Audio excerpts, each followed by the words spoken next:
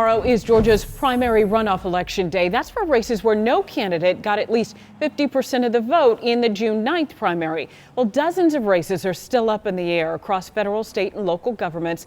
The runoff winners, they'll move on to the general election on November 3rd. Now, the big race is the Democratic contest for Fulton County District Attorney. Just one day before that contest, an email is circulating asking registered independent voters to cast a vote in the Democratic race. Well, Democrat Paul Howard, the six-time incumbent, is convinced the ballot flip-flop is designed to bring him down. Tonight, CBS 46's Sean Gables goes one-on-one with the DA.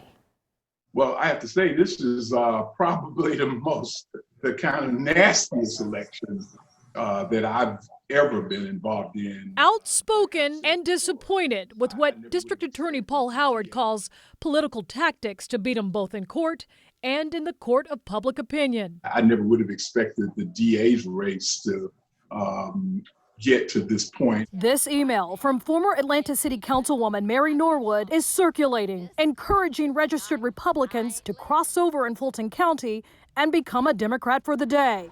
A switcheroo that's perfectly legal. The Republican Party is trying to influence this election.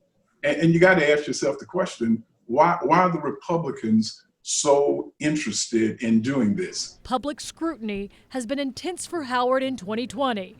Howard faces 2 federal lawsuits for sexual assault with subordinates. I have not harassed or anyone, never have, and I never will. The GBI is conducting an investigation, and just last week, Howard settled 14 violations with the State Ethics Commission that Howard says boils down to administrative issues and a $6,000 fine. Do you feel that that has hurt you at all in this race?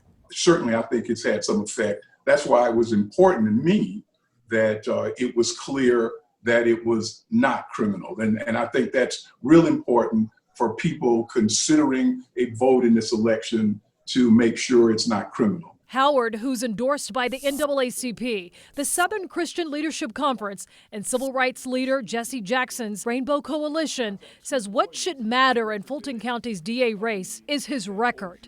In Fulton County, the violent crime rate, according to Howard, is down by 70%. Overall crime reduced to 62%. Those are things that we've accomplished, reducing the jails population in half from 4,800 to 2,400. In 2010, Howard's office garnered a 93% conviction rate for the 84 cases that proceeded to trial. In 2015, it increased to 95%.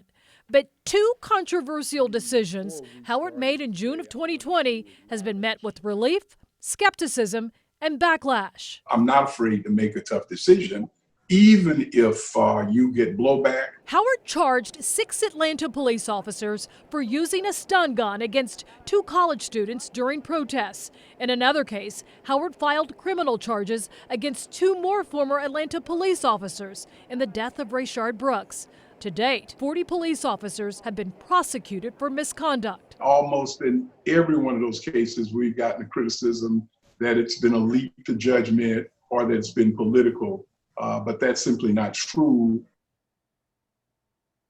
That was Sean Gables reporting. Now, earlier in this newscast, I spoke one-on-one with Paul Howard's challenger, Fani Willis. If you missed that interview, just go to the CBS 46 streaming app and you can watch both of these stories.